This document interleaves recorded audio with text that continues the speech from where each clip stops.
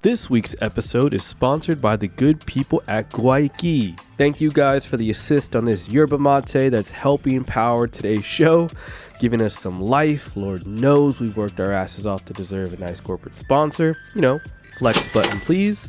Now sit back, grab a can of that yerba, and enjoy.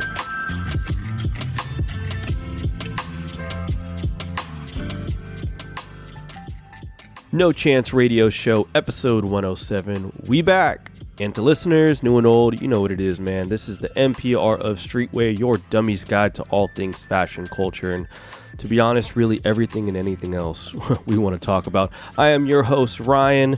Now, I want to make something clear before, we embark on this entire episode. We like to dedicate today's episode to you, man, the listener, all across the globe, all over the world.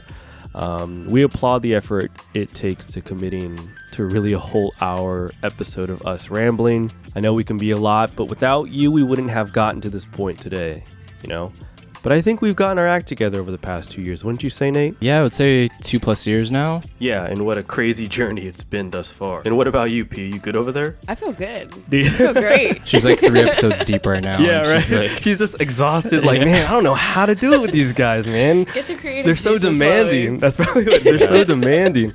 Oh, man. But we got a great episode for you guys today. The amazing Benny Gold is in the studio with us. We're going to get into that conversation in a bit. But one thing I want to talk about between the three of us is, man, like the fact that I even get to say that. How does that make you guys Amazing. feel personally? I know that's tight. It's really tight. I was everything that's just been happening. Yeah, I was telling everybody earlier that I was having an 8-mile bathroom moment. Bro, it happens. Yeah, it happens a lot, and I think that's a good sign, man. That means we're on the right track with what we're doing. Nerves can be a bitch sometimes, and it's definitely a part of the situation now. But screw it, man. You guys know why you're listening to this episode. You're here to listen to us talk to Benny Gold, man. We're gonna get right into that right now. Benny.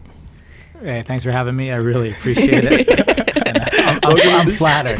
Welcome to the show, man. It's amazing for us to even be able to say that, and it must have been weird for us to talking to you in third person from the side. He's like waiting to say hi. Like double dutch. Like when do I come in now? No, I talk about myself in third person all the time. Yeah, don't worry about it. Nah, man. You just got back from vacation, yeah? Yeah, I went down to Miami to visit family. My father turned 70. Congrats, man. Yeah. What a blessing to be alive for that Seriously. long, man. Yeah. Life is a blessing. Mm-hmm. Shit. It's cool because my grandma's still alive too, and she's 91. Oh my wow. goodness. So it's awesome to bring my kids. They get to meet their great Yeah, grandma. that's sweet. It's a beautiful thing. It's amazing, man. Quick question about that, man. Like, is it kind of funny that it's like you're coming home to San Francisco rather than going home to Florida? You know what I mean? I want to talk about that real quick. Talk about some of the early years because, I mean, that's where you're from, right? Key West specifically. Yeah. I grew up in Key West, Florida, but I lived in San Francisco longer than I lived anywhere else in my life. Yeah? Yeah, I've been out here since 98. How old were you when you moved from Key West? Oh, I pieced out of Key West when I was like 18, as soon as I could. He's like, I was wow. like, I don't want to go back, but I mean, family's back there. You got a family up here. Yeah. Man, can we talk early years real quick? Yeah. You guys want to dive into that? Yeah, growing let's up in do it. Key West was great. I mean, it's, very tropical and very Florida, and it's the exact opposite of everything I was into. Yeah. I was into, streetwear and clothing and skateboarding and punk rock and graffiti, and none of that was on my island. Yeah. Wow. None of that existed in Key West when you were growing up. No. That's scene crazy. or anything like that? No, zero. I mean, there was a little bit like in the 80s, and by the time we got to high school, those kids were gone. Wow. They're like either junkies or Yeah. too far into metal to care. Yeah. What did you think about that as a kid growing up? Like, did it ever cross your mind to be like, I want to start my own thing? There's nothing that interests or that I can attach myself to out here. There's no scene that I want to be a part of. Did you ever think about like, let's just get my group of friends together and just do it out here? Yeah, I mean, that's why I left. As soon as I left, I moved away to, Miami and then college and then San Francisco. I've always wanted to be here because I always wanted to be part of something. Yeah. And I knew there was more out there than where I was from. Mm-hmm. Like I watched the skate videos, I would listen to hip hop and all that stuff, and it just wasn't where I was from. So I was like, Yeah. how do I get closer to this scene? You think that's important nowadays? There's so much media out there that shows that LA, New York, Paris, Europe, it's the place to be, you know. And us being from San Francisco, us being in San Francisco, it's like we think about that all the time. You know, like what was your perspective on that, especially moving out? Like San Francisco was the place at that time, you know. San Francisco definitely was a place. I mean, the music scene was cracking. You know, you had Barry McGee with Twist and all that stuff with graffiti was cracking. You know, birth of street skateboarding was here. EMB was amazing. So I just want to be part of it. Now I don't think it's as important to like move away from your town because the world is so much smaller with social media and internet and all that. So you could find like-minded people no matter where the fuck you at. Where before you had to go find them. No, that's totally true. Dude, that's so true. Yeah. Something we debate about all the time, you know, like especially LA, New York, things of that nature. But actually today is almost the 1 year anniversary of your store closing. You know that? Yeah. He's like, don't remind me. Of course you Totally know that. It was a hard decision, you know, and looking back a year later, it's still feels like the right decision, but I miss, you know, a lot of it. Miss the community aspect. I miss the community, and I'm not sure what I fully miss about it. I just know I do miss things, you know. I definitely don't miss the struggle of it and the fight against, you know, the big corporations and the changing in the retail landscape. And I don't miss paying bills and employee taxes and rents. You know, we all know that in San Francisco. Yeah. Did you always know that you were going to end up in San Francisco? Oh, from day one. Yeah. Like, all my friends used to make fun of me growing up because I'd like talk with Bay Area slang because I listened to like hieroglyphics and all that stuff, you know. And they're like, what is hella? What are you saying? What are you saying? You know. So I've always wanted to be out here. Like, you could ask anyone I grew up with. Like, I wasn't smart enough to figure out that there was art colleges out here yet. So I went to art school in Georgia first, and then made my way out. Wow. No, that's interesting. Yeah. I think for the most part, you know, in moving out to San Francisco, where you sort of ended up is like your jersey's in the rafters now. Is how we want to consider it, man. I think of you as like the Mount Rushmore of like the people that are important within the streetwear industry, not in just San Francisco. I mean, you could ask anybody on the street and they'd be like, of course. I appreciate that. But I mean, across the board, like, when you moved to San Francisco, who are you looking after? Like, who did you want to be like when you moved out to San Francisco? You came out here for graphic design, so it's like, who do I want to be? Like, who do you aspire to be? It was different back then because streetwear was not what it is like today. Yeah, like, streetwear was not sure. big. Streetwear was super tiny and small and very like just starting out. And basically, streetwear was skateboarding back then. Yep. So I wanted to be like the skateboard brands. I wanted to be like, you know, all the deluxe brands like Real skateboards, you know, independent trucks, Spitfire wheels. Like, I wanted to be a part of all that scene. So when I moved out here, I was looking at what skateboard brands were, like what Thrasher magazine was doing, and streetwear wasn't really on the radar at all. Like, we had a small brand called Pervert out of Miami that I fucked with heavy. You know, they were friends of mine. I'd go to their shop, support their clothes. I became friends with the owners. You know, and that was my first thing of streetwear, and I didn't even know that it was streetwear yet. Yeah. You know? What existed out here at the time other than the skate brands? Was there anything? Yeah, True. You know, They were out here when you came out here? Yeah, I don't know what year Was True. that I don't know what year True. 90? I know opened. True's been around for a while. Yeah, True's really important. Yeah. You know, 510 was out here already. Really? Oh. Yeah, I helped. didn't know that. I designed their logo. Yeah. You know, and that was a long time ago. Flex bomb on Benny for that one? But you know, they're like, you know, there was like key skate shops. Yeah. And True was, you know, gave all of us our first start in streetwear. FTC, you know, big shout outs to FTC because they were huge. Like, their videos growing up on the East Coast, like, connected me with San Francisco and all the pros, and it was amazing. So, I mean, I beelined it for FTC as soon as I moved here. Were there any like, because I know that, you know, listening to a lot of stories from people that used to skate EMB, it always used to be the aesthetic of like the baggy fit to the polo and all the other name brands. Was that a part of your steez back in the day? Oh, yeah. I need those pics, man. I need to see what those look like. Oh, there's pics of me with like ridiculous baggy pants on. Like the shorts are like, they're basically pants, but they're shorts. You know? Oh my god! But so like, what shops were people going to for that type of stuff? I mean, they're like the typical was Barney's around, like the department stores. Is that where people were? No, we didn't care about any of that stuff. It was all skate shops. Yeah. Like, we bought all our stuff from skate shops. Okay. And I remember my first thing my first pair of jeans that I ever bought that I couldn't skate in were Diesels. Oh my I thought it goodness. was the most expensive things I could buy. Diesels? You know?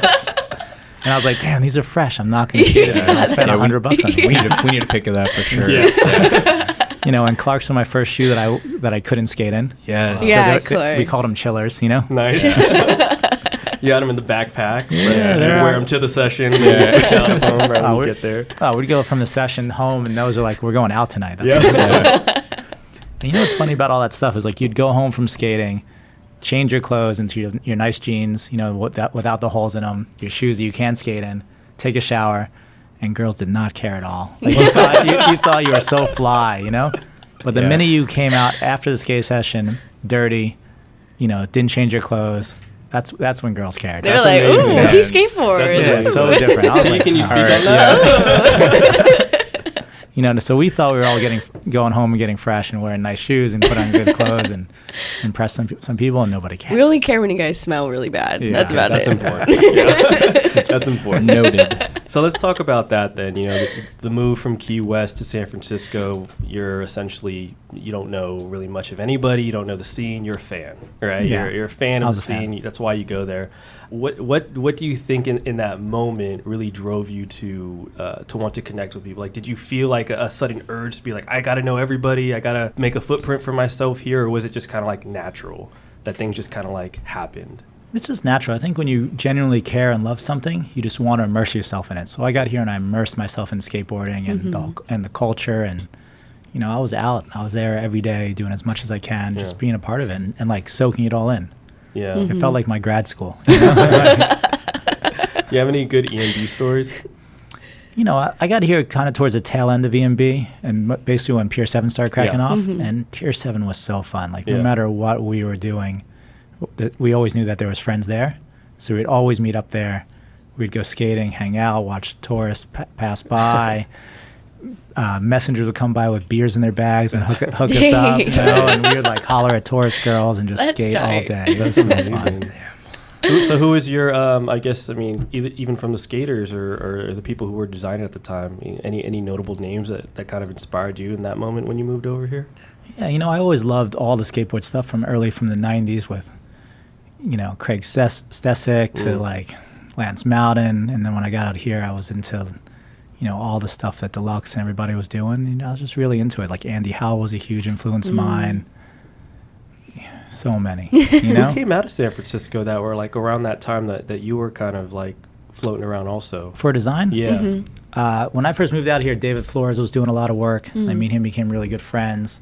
And then he went on to do like big murals and amazing stuff. In the skate scene, I don't know. I can't, you know, I don't really remember Not that too much. But many? yeah. It was, at that time too, a lot of it was moving towards LA. Yeah. Like I got here in the skate scene, like, because EMB was on the tail end of it. Pier 7 was starting to crack off, but most of the industry was moving to Los Angeles. Really? Just that fast? Did you think about making that move also? Or you just knew that San Francisco was where you're going to end up? No, I just always loved SF. Like, Yeah. I didn't want to live anywhere else but San What is Francisco. it about Yeah, it? exactly. We want to know Yeah. what it is about it. I think it's all the videos I watched as a kid growing up skateboarding and just the hills and the scene. And I love that you could walk everywhere. I love that it has an urban feeling, but it's not big. Yeah. You know, Totally. it still feels like a community. Like you don't get lost in a city. You can but it is conquer a it city. in a day if you're really about it, you know? You could. I mean, your legs will hurt. Yeah. Shit, just walking up these stairs. So, I mean, we know the amazing story. You meet Keith, you create the first Huff logo, you become a creator at that point. You know, you start to, you know, involve yourself with this whole world of design. Right. What was that like for you, especially being someone that, you know, went to school for it, was looking for that opportunity, and then next thing you know, it just pops up, and now you're designing for pretty much all of streetwear at that time. Yeah, you know what's interesting about that? Because you asked me earlier if I always wanted to have my own brand and do it on my own, and Yeah. I had no idea that you could even do that stuff. Yeah. Because I thought it was always, as a designer, you're basically working for other people. You know, you're a gun for hire. Yep. And I'm totally fine with that. Like, I love creating and solving people's problems creatively, other people's problems creatively. You know, and it wasn't until I met Keith from Huff that I could realize that you could do it on your own. You know, because he just moved back to San Francisco, opened his first store. We've met through skateboarding, you know, and I never knew that you could do it on your own. And he was just doing it fully on his own, figuring it out. and he opened my eyes to being your own boss. You think any of the troubles of doing something on your own sometimes can deter people away from wanting to do that? You think that's important, like something to focus on? Yeah, I mean, it's hard as fuck. You know how it goes. Yeah. Like your first episode's easy. Yeah. It took me like 5 tries. You know what I mean? Yeah. But you know what I mean? The first couple Yeah. ones are easy because you're super excited about it and everything, but your 100th one gets tough. Yeah. You know, same with your own brand. Your first t-shirt's super fun and easy, but your fucking 1000th one is tough. Yeah. And you still get the same satisfaction like throughout the entire thing, no matter how hard it actually is. It's still satisfying at the end of it, I'm sure. For you, seeing a shirt to this day? Yeah, I love seeing that stuff. And, you know, with design and creativity, you run this whole gamut of emotions. Like you're excited about working on it, and then you think you suck because no ideas are coming, and then you have a breakthrough and you're like, I'm a fucking genius, you know, and then you realize like, oh shit, this is a lot of work now I got to do. Yeah. You know? So it's like a full roller coaster of emotions. You designed for a lot of brands. I mean the logos, the lines. I mean, you talked about it in the which one was it? It was either the Bobby one or the Jeff one, where you talked about doing whole lineups for department stores and things of that nature. Who's your favorite one to design for, and like what was kind of in line with what you were doing? Myself. Come on. I mean, at the time before you moved over to yours. No, you know, each project is so fun and they're all different, but honestly, the stuff that I was really most proud of back then was the stuff I did with Huff. Yeah. You know, because, you know, I idolized him growing up skateboarding, and then to watch him build his own business and then open my eyes to that part of the world and really turning me on to what streetwear really is, you know, like I was so proud of it. Yeah. You know, and I felt ownership of it, you know, because I loved it. I loved everything he was doing. I loved the vibe of the city, and I loved the energy that he had around it. Like all of a sudden he showed up and everybody took notice of it, you know, and I was proud to be a part of it. How does it feel like almost circling back and, you know, seeing Huff reopen an SF, and like what's that? Oh, I think like what does that mean to you? Oh, it's awesome. You know, I love all those guys and so thankful for the place they gave me in streetwear and helping me get my mark on it. Yeah. You know, and having a little bit of part of their history. I mean, they've gone on to do great things without me. Crazy. You know, and bigger than I would ever even imagine it. Because when I was helping them out, it was a small store down the street. Yeah. You know, and now they're a worldwide brand. And you know, like we didn't even wholesale or nothing when I was helping them out. So it was, you know. It's crazy. Yeah, that is crazy to think about. Their impact was so heavy for San Francisco. They left such a huge imprint on San Francisco. You ask anybody from here, they have their first story or experience in walking into Huff. Like, do you feel like your store, it kind of embodied that as well? Like, you think it's important that when you put a store in San Francisco, that's the main focus, is like make it memorable, make it a community-based endeavor? Yeah, like if you're not going to make an impact, then what's the point? Yeah. You know, if you're just taking up space, then get out of there. Like, like you want to be impactful and make a difference and be a part of something. Like I opened my stores to be a part of the community, you know, not to make money, not to sell you product. Really, it was more to be part of something that I cared about. Yeah. No, and I think Huff did the same thing. You know. I think Ryan and I had a pretty memorable experience. A couple of years ago, Ryan's nervous. He's like, no, but I mean, like a couple of years ago, Ryan and I were just walking down Valencia, and we were like, "Oh yeah, let's stop in a Benny Gold and see what's up." And then I don't know, this was a while ago, and I don't even remember if you remember it, but we just talked for close to like an hour. We were just literally sitting there and just shooting the shit. Yeah. At the end of the day. Yeah, that was the whole setup. We were like, all right, that's headquarters. That's headquarters Yeah. for a lot of people. You want to go to skate sesh, meet there, and then let's go. You want to go out? All right. Well, if you're still open, let's meet there, and then let's go. That's awesome. Yeah, there's a huge importance in those types of stores. So let's talk about, as a spectator now, you know, store's gone. Happy 1 year anniversary. Well, not a happy 1 year anniversary. It's happy. It's the year anniversary of the store closing. Yeah. And by the way, when Hypebeast announced it on their site about your store closing, it's the first time that I've ever seen a comment section be so positive for someone. It was so positive. It was the most positive comment section I've ever seen. So shout out to you. Yeah, they get pretty brutal on there. Oh man! I was looking. I was trying to see so I can like type in from my my your Flame burner account. Yeah. The burner account. Like, no, Benny, no. You know him? I appreciate that. No, but we're all spectators. We're consumers. We get to view this from the outside now. What do you think of the scene of San Francisco to this day? The scene has changed. And the scene has always been changing in San Francisco. It's not the first time, and it definitely won't be the last. Yeah. And I'm happy to still be here and to witness it. Like, as much as people talk shit about San Francisco, you still walk out the door and it's beautiful. Of course, right. And the scene's always going to change, and it's going to go ups and downs, and it's going to have ebbs and flows, and that's just a part of it. Yeah. Like, when I was here, when I first started, Stussy was here, and Huff, and True, and Red 5. Yeah. There was fucking good stores Hate here. was nice. Hate It was a Yeah. destination. Yeah. It was a destination. Now it's like 5 minutes and then you're out. Yeah, when Red 5 closed, I thought, it was sad and the city was changing, Yeah. and then we had Huff and all those other stores come through, and then they closed, and then it was like me and Black Scale and those type of stores opened up, Yeah. Yeah, there were so many. I mean, even Nort Recon was one of my first like actual sneaker purchases with my own money. Yeah. Where's the shoes at? It's like downstairs. Where? Downstairs, bro. Like, That store is super fresh. it's man. amazing. Wow. Yeah, it was amazing. But what do you think it takes to make it in San Francisco as a store? If you want to open up brick and mortar, if you want to start a brand, let's start with brick and mortar first, because a lot are opening. Supreme just opened. Yeah. A rumored Stussy from Nate. Neither confirmed nor denied that. Nate Benny, started the rumor. That's what it was. Hypothetical Stussy is open. Yeah. Stores are rebranding themselves. Even on Hate, there's a lot of I don't even know what to call them anymore. Lifestyle brand stores are opening, expanding.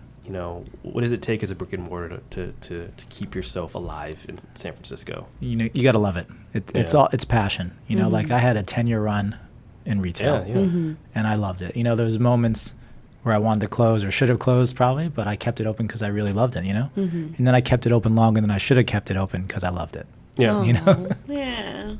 When you were going to open your first store, Yeah. what was the mentality? You know what I mean? Like you had to do it. Did you have to check in with anybody? You're just like, hey, I'm gonna open up a store. Like, is this something that I should do? Yeah. Like, what do you think? Like, who did you consult when you were gonna do it? You consult your friends. Yeah. I consulted Huff, of course. I consulted Self Edge because they're in the mission. I consulted Atlas. I consulted 510 and FTC and Deluxe, because they're just friends. You ask your friends. It's like anything else. Yeah. But the reason I opened the store, I had really no plan to open a store. But I told the story 100 times, but I was selling product and making product out of my house, out of my small apartment. And I got a huge order that overflowed my fucking apartment. Like, I'm talking T-shirts from every crevice. Like, you open, the kitchen drawer and T-shirts fall out. You put the toilet seat down, there's T-shirts, and hats. It was like boxes were in the bathroom, boxes were in the living room, boxes were in the dining room, boxes were in my small office in the bedroom. And my wife came home from work and she's like, you got to get this shit out of here. She was fed up. Yeah. So I called a couple friends, and Eugene from Team Terrible being one of them, and Eddie, who used to work at Huff too, came through to my house, and we fucking packed for days, packed all the orders, all the boxes, got as much out as we can. And then I was like, shit, I got to find a space. Like, this can't happen again, Yeah. Was that like a scary jump for you, going from like working out of your home into trying to find like an actual brick and mortar spot and sort of realizing that, oh shit, this is real, like this is a thing now? Yeah, but San Francisco was a different place back then. Yeah. I mean, my first place was, dude, I think it was like $2,000. You know what I mean? My first store. Wow. That's crazy. Maybe $2,500, but it was super cheap. And if you ever been to my first store on 21st Street, it was awesome. It was a 2-floor store. My office was upstairs. Downstairs was really cool, little 200 square foot. It was amazing. Yeah. Perfect. And it was tiny, and it was awesome, and I wasn't scared because the overhead was so little. And I just needed a place to work out of. And I think everything was moving so fast for me at that time that I didn't have a chance to be scared or nervous. But now to take that risk in San Francisco, your overhead's going to be fucking racks. Nuts, yeah. So I mean, even rent is like the number one thing I think that deters people. Well, what do you think are some other hurdles that people would have to jump over in order to make it in San Francisco? Rent's a big one. I mean, that's the biggest. Yeah. That's the biggest. Deterred me from moving out. It's like I can't live here anymore. You have to be all in because employees are really expensive in the city. They're taxable. So the really only way to make money is you have to work the shop yourself. And that's just not feasible if you're the designer behind it too, because you need to design the shit. You think the consumer base is different out here also? Yeah, for sure. I mean, we're in a spot now where nobody shops and everybody wants a discount.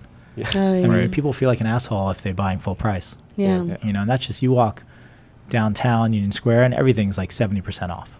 Like every day of the year. Every day. Yeah. It's not just fire sales anymore. Yeah. So people come in your shop and they expect the same discount. And you're like, dude, I'm a small independent brand. Like, get the fuck out of my store. Do people not respect that? No, they don't give a fuck. Yeah. I think there's just too many options out there, like, even if you're not getting one specific brand, you can maybe find something similar, if not identical to it. There's just too much shit out there. So was there competition amongst, like, I mean, you had, what'd you have around the corner? There was, I mean, now there's the Dark Side that's across the street. You had Bait, which is like relatively close. Did you feel like there was any competition amongst the stores in that area? Now, the beautiful thing about streetwear is that it's a very small community, and we all, support each other and care for each other. It's not like any other industry. Like, since I joined the advertising agency, like, you see the competition in these brands. Like, you can't work on this type of brand if you're working on that, and streetwear has none of that. Yeah. Like, I could call Ben, Bobby, Jeff, Keith, all those dudes and ask questions right now because we're all friends and family, and they're more than willing to help me out, and it's and goes the same way. Yeah. Streetwear is beautiful like that, and skateboarding is like that too.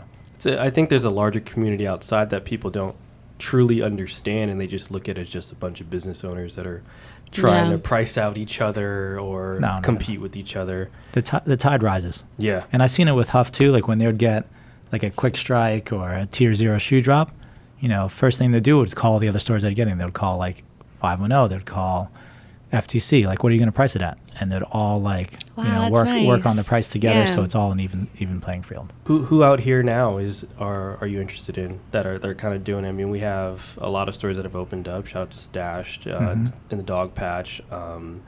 What are you messing around with now in the city? I really love Self Edge. I love Self Edge. Yeah, I love Standard and Strange out in Oakland. I love 510. I love Atlas for Life. Yep. Like, they're doing really great stuff. Supreme store is fucking beautiful, Yeah. And it's really nice to see streetwear coming back a little bit in the city now. And where it's been kind of stagnant. Where do you think we are? Like, where do you think we are as San Francisco? Like, because we talk about like ebb and flow all the time in terms of streetwear. Like, do you think we're at a high point? Like, where are we at right now? Like, what's the temperature? The temperature's still low. Yeah. You know what I mean? Like, we're coming back. I feel like, and you're going to see a lot of difference in stores moving forward. It's going to be more of an experience, and it's going to be more about less about selling product, more about telling you about the lifestyle behind them. I don't think we've ever had to compete with like other cities like LA or New York. I think we've always been different. You know what I mean in regards to like that Bay Area style. Because there's nothing like it. I don't know anything that's relatively close to what we're doing in terms of the aesthetic of how people dress here. Like LA is similar to New York, it's like that high fashion mix. But for some reason, the biggest brand in San Francisco that's like from San Francisco is like a GX1000. Like, you know what I mean? Like that is the style of who we are, and it all kind of roots back to like an EMB. You know what I mean? So like that alone, like you look at San Francisco now, like. Skateboarding is huge again here. Huge. It is huge. Like, what's your opinions on that? I think that's awesome because, I've seen, like we mentioned earlier, like I've seen everybody move away from San Francisco and move to LA. Same with clothing brands. Like there was a moment where they all left. We had great brands here and they all moved away. We had great skateboarding here and they all moved away also. And it's nice to see that resurgence. And I think GX1000 is a big part of that. Yep. Because they made skateboarding in San Francisco look really cool again. They gave it that edge. They made it look dangerous, which is always sexy. Where skateboarding will look very safe and clean, and you know, and it wasn't exciting to move to San Francisco anymore for that. Yeah. Because when I was a kid and watching Tommy Guerrero bomb hills, it looked dangerous. You know what I mean? You're like, I want to do that. Yeah. It was my favorite thing to do every morning on the way to work. And it all came from, like, I think it was like an old Huff ad on YouTube, and they were skating the blocks down near Pier 7. Mm-hmm. And it was to I Left My Heart in San Francisco and Mayor Hawthorne. And I was like, so good. This is amazing. Like, I need to be there. I need to be around it. Yeah. Because I'm an East Bay kid. So, okay. I mean, it felt like I was just as far as, like, living on another, you know, on the other side of the country. But, right. And on the GX 1000 note, man, R.I.P. Pablo, man. Yeah, R.I.P. Pablo. R.I.P.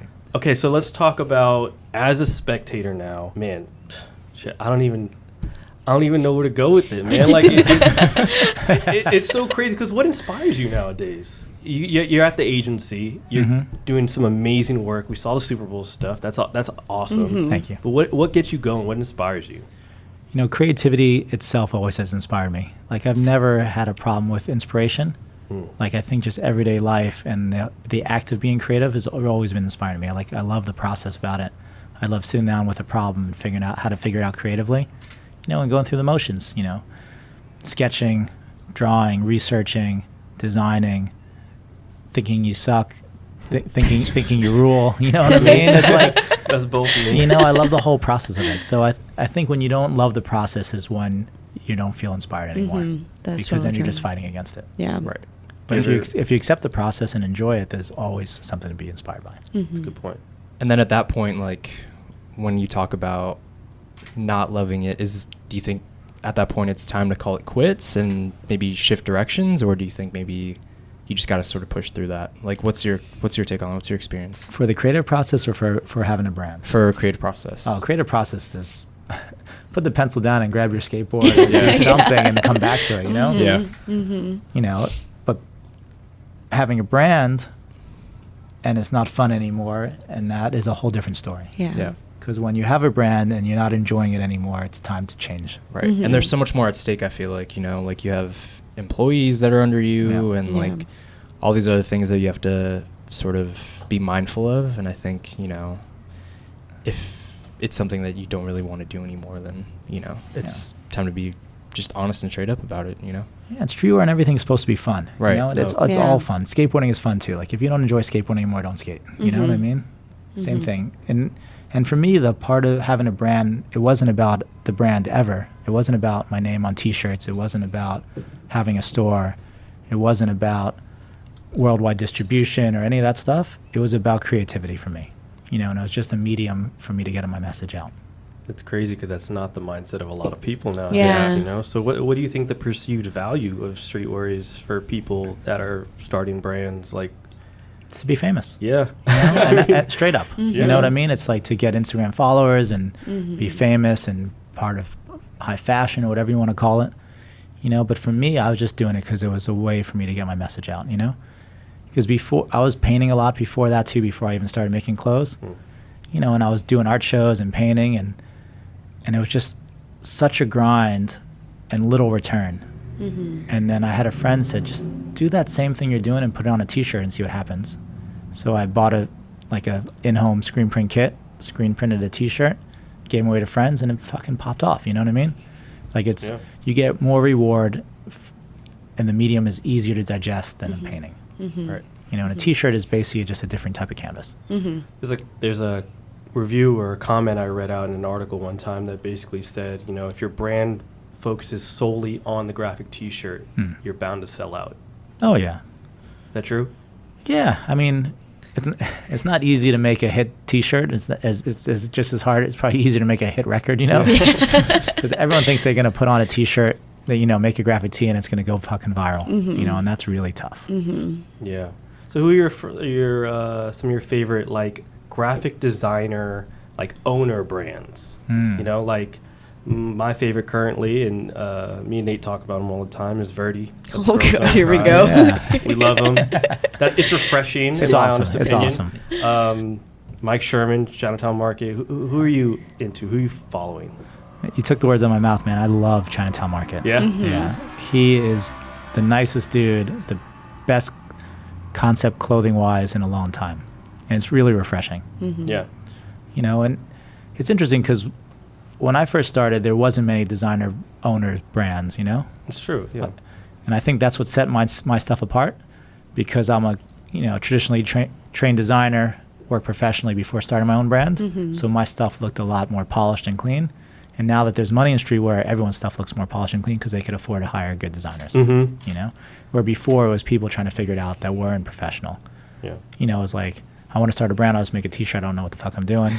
And that's awesome. That's very beautiful, you know? Yeah. But my thing looked much more different. It stood out on the shelves because it was professionally done. And you and Keith were actually, I mean, when I really think about it, other than Stussy, were the face of the brand, like the name of the brand. Did you ever think twice about that? All the time. Like,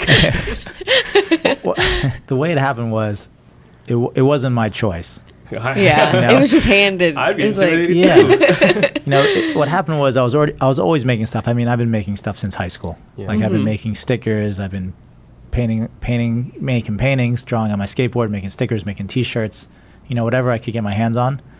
And when it came time for me to make a brand, I was talking to Keith about it from Huff, and I was like, "What should I call this thing?" He's like, "Dude, you have to call your name." I was like, "No, fuck that." And he's like, "Why? Do you want to start over? Don't be a dumbass." And I was like, "You're right." He's like, "You already invested so much time building the name up with all the logos and everything else I've done, because everybody knows that, you know, when I design something, their marketing is Benny Gold made it for them. You know, so by the time it came for me to start my own brand, the name was already established." And Keith was like, "If you change the name, it's going to be so hard for people to connect the dots. It's a stupid move." And I was like, fuck, this dude's right. You know? if it wasn't your name, what would you have named? Oh, I don't know. I brand? never got that You far. never got that. You never thought No, about. I never got that dang. far. Because I'm different, dude. I didn't start out to have a brand. Like, I'm not like those people that, like, I want to have a brand. It's their big dream, you know? I just wanted to make stuff. Yeah. You know, and a brand was the best way to put it out there. Yeah. You just wanted to be creative. Yeah, I want to be creative. Yeah. Like, I didn't care what it was, you know?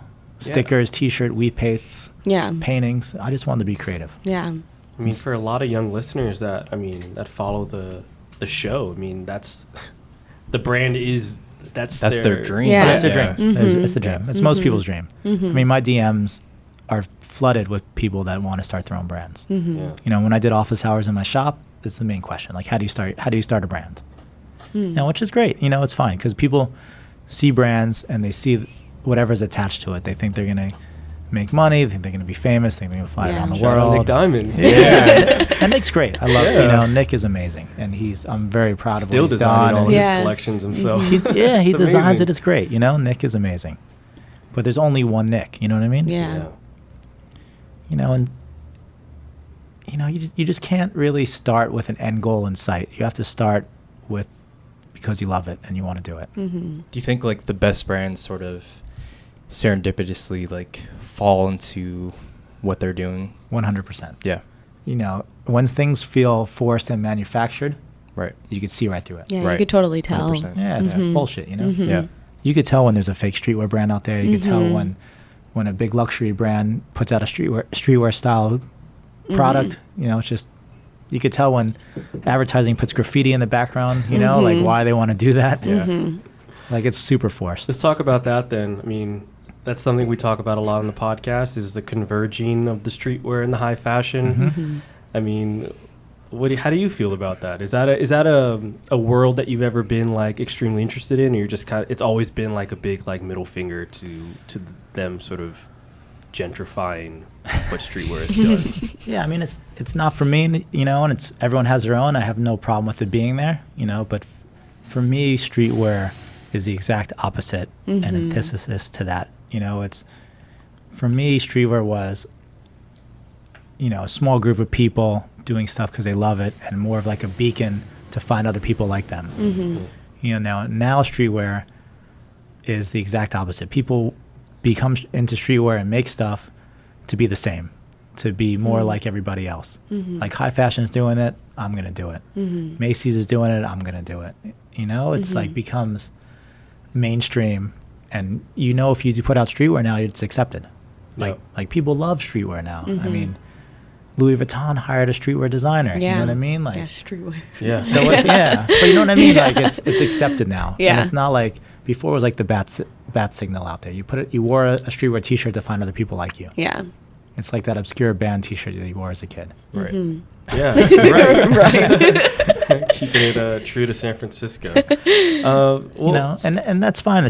That high fashion is, of course, high fashion is going to take it because streetwear is cool. Like Yeah. the stuff we have been done and accomplished on our own with no budgets, and all ourselves with scrappy little kids is fucking amazing. Mm-hmm. And like the energy behind streetwear, it just is infectious, and it's just a matter of time before big brands and high fashion took notice. Yeah, it's getting like the recognition that it's supposed to get for years now, but I don't know how they're gonna. It's on a larger scale, but it's so polished to the sense of like you almost kind of cringe when you want to go buy that brand that you used to really fuck with when you first discovered them. You know what I mean? Yeah. Like people like to use the term selling out or whatever, which fuck that. It's literally just brands progress, like their natural progression into brands. Like if you were still open to this day, I mean, knowing you now and how you feel towards high fashion, you think you'd ever feel pressured to like do a particular cut and sew piece or something along those lines? Oh yeah, 100%. I mean, I was getting pressure all the time for my brand on, with directions and follow trends and all that, and it's just that's not me. And that was one of the main reasons why I wanted to, shift gears. Stay gold. Did any bigger brands ever reach out to you and propose like a collaboration or? Yeah, you name it. Yeah. Like in the high fashion space. Just in everything, I've been very fortunate to pick and choose my collabs pretty, over very the years. on brand. Yeah. And that was very thought out, just because I wanted to do stuff that I really cared about, of course, and not just because it was a money grab. Yeah, like you said, you didn't want to just make bullshit. I don't want to make bullshit. Yeah. And it's fine. It's just the way it is. My only problem with high fashion, everybody in there, that it doesn't trickle down. Yeah. So we have new brands and big brands co-opting. I don't know if that's the right word, but like taking from our culture, and using it to make them look more relevant and cool. But the money doesn't come down to us, who's been in it forever. So the small brands like mine and other ones will struggle, while other people are taking the stuff that we built and making fucking money on it. No, that's the worst part of it. Yeah. So what about the brands that when they first start out, and this is one of my biggest pet peeves, and we talked about it on like the most recent episode, starting out a brand and pricing out their consumer instantly. You know those brands. You don't got to say them. Yeah. But is that like, where's do you understand the logic in that? Can you explain that to me? Yeah, 100%. So my brand has always been affordable, like middle ground brand. Yeah. But the middle ground is decimated right now. There's no such thing. Yeah. Because it's either high fashion, people are paying for stuff because they perceive its quality, or it's disposable fashion like Uniqlo. Yeah. So people would come in my store and see a beautiful pair of selvage denim that I slaved over, custom fit, custom fabric, sourced from North Carolina, the whole nine, made in LA, custom buttons and rivets, like beautiful. And they're like, why would I spend $100 for a pair of selvage from you when I could go to Uniqlo and get them for $20? Yeah. To them it's the same thing. And so that's why there's no middle ground anymore. So people are either going to spend $300+ for a really nice pair of Japanese denim, or $20 for a pair of selvage denim from Uniqlo. On sale too. Yeah, on sale. Yeah, right. You know all about that. What am I wearing now? But you know what I mean? That's what it is. There's no middle ground. So I don't know if you're really pricing your consumer out. I think you're just, those pair of pants that I made for $100-something probably should have been $300, for the amount of time and effort it took me to make it in the limited run of it. But I wanted to make it affordable and accessible to people. Yeah. And I probably shot myself in the foot because I didn't know that the middle market was going to be dead, just like the middle class is dying. Got any pairs of those laying around still? I actually do. I found a bunch when I was cleaning out my warehouse the other day. We have a begging section at the end of the episode. Hey, just hang on, Dave. Just hang on. But yeah, I want to conclude this, man. What's next? You got the gig that you're currently at, just up the street. What's next for you, man? Well, now it's a year since I closed my brand, and I'm getting more comfortable in my new role in advertising. I want to bring the brand back, and I don't know what that is or how it is. What that looks like, and it won't be the same as it was. It won't be seasonal. It won't be as big as it was. But I want to do something again because, I enjoy making stuff. Yeah. And I enjoy making stuff for myself. Yeah. Like it's fun making things for clients and like the Super Bowl and Doritos and BMW. Whatever else I'm working on. Yeah. But you know what I mean? Like it's fun to make it. Because the beautiful thing about streetwear is that there's no rules. Yeah. There's never been rules, and that's the problem is when they start enforcing rules. Like you have to be high end, you have to have Snoopy collaborations, or you have to have, you know what I mean? Like good. Like you have to have a collab that people know about, or you have to be high end or whatever, and that's when I don't like it because there should be no rules. Bring back the middle class. Yeah, Bring back the middle class, Benny. Chinatown market, you know what I mean? The Chinatown market really does it without rules. Yeah. Like we're gonna just, Round 2 Vintage is doing cool stuff too with all their collabs, and it just shows you that there's other ways to do things and not the way that everyone else is doing it. That's perfect. Well said. Well said. To end this episode, and I know this is a part that you say, quote unquote, people hate, but you need to leave us with a tub tune for the end of this episode. You got to give us a song, whatever you want, man. Anything on the top of mind. Oh, man. Hani El Khatib's new song is fucking good. I was just listening to it, All right. You got to play it right now, We'll right? drop it Right now. It's called Stressy, right? Or We'll look it up. Yeah. It was really, really good. And he shouts out the Bay Area in it. Oh, yeah. Shout out to the Bay, shout out to San Francisco, shout out to Benny Gold. Yeah. Thank you guys for listening to this week's episode. Again, Benny, thank you for coming. Thank you, Benny. Yeah, thanks Thank for you. coming Thanks through. for having me. And I appreciate all the support over the years. All right, guys, stay gold. Thank you. Peace. Bye, guys.